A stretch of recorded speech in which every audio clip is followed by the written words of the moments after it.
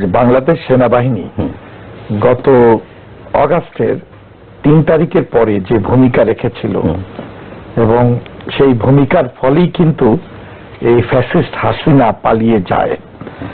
তো আমরা যদি এই সেনাবাহিনীকে খাটো করে দেখি তাহলে আমাদের এটা কমপ্লিটলি ভুল হবে।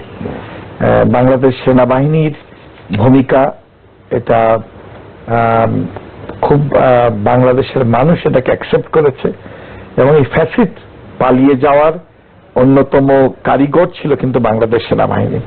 সত্যিকার অর্থে যদি আপনি মোটা দাগে বলেন তাহলে বাংলাদেশ সেনাবাহিনীর ভূমিকা প্রশংসনীয় এবং বাংলাদেশের সেনাবাহিনীর এই প্রশংসনীয় ভূমিকার ফলেই আজকে অতি দ্রুত হাসিনা পালিয়ে যায় ভারতে। এবং সেই দৃষ্টিভঙ্গিতে আমি মনে করি বাংলাদেশ সেনাবাহিনীকে এই ধরনের কন্ট্রোভার্সিয়াল কথার বাইরে রাখা উচিত এবং সেনাবাহিনীকে সেনাবাহিনীর কাজ করতে দেওয়া উচিত। তারা যেভাবে সহযোগিতা করছে এটা রাষ্ট্রের নিরাপত্তা এবং দেশের জনগণের জানমালের নিরাপত্তার জন্য সেনাবাহিনী যেভাবে কাজ করছে সেনাবাহিনীকে আমরা অভিনন্দন জানাই।